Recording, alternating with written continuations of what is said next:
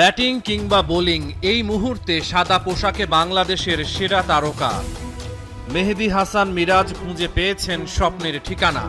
প্রতিদিনই নিজেকে ছাড়িয়ে যাওয়ার চেষ্টা, দলকে জয় এনে দেয়ার তাড়না। কঠোর পরিশ্রম তার জীবনের মূল মন্ত্র। অনেক চেষ্টা করেই পেয়েছেন সাফল্য। বাংলাদেশও পেয়েছে এক রত্ন। পাকিস্তানের বিপক্ষে ঐতিহাসিক সিরিজ জয়ে ব্যাটে বলে অনন্য।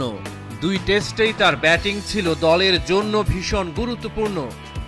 বল হাতে ম্যাচের মোড় ঘোরানো।